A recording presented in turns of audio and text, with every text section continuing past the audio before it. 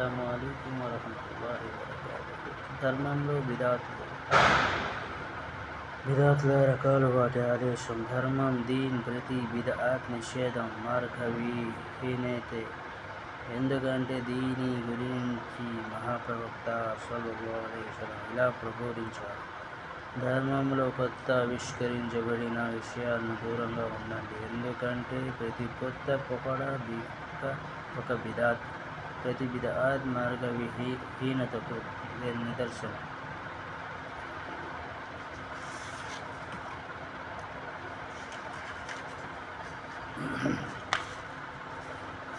ఎవరైనా ఈ విషయం ధర్మంలో లేని విషయాన్ని గనుక ఆవిష్కరిస్తే అది త్రోసిపుచ్చబడుతుంది.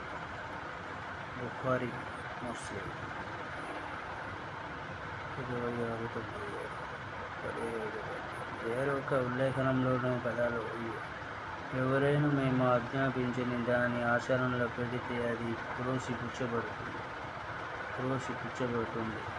ఈ రెండు హదీసుల ద్వారా రుజువు అయ్యేదేమిటంటే, ధర్మం, దీనిలో ప్రతిదీ నవీన పోకడ బిదాత్గా పరిగణించబడుతుంది. ప్రతి బిదాత్ మార్గభ్రష్టతకు దారితీస్తుంది. అటువంటి ఆచరణ తిప్పికొట్టబడుతుంది.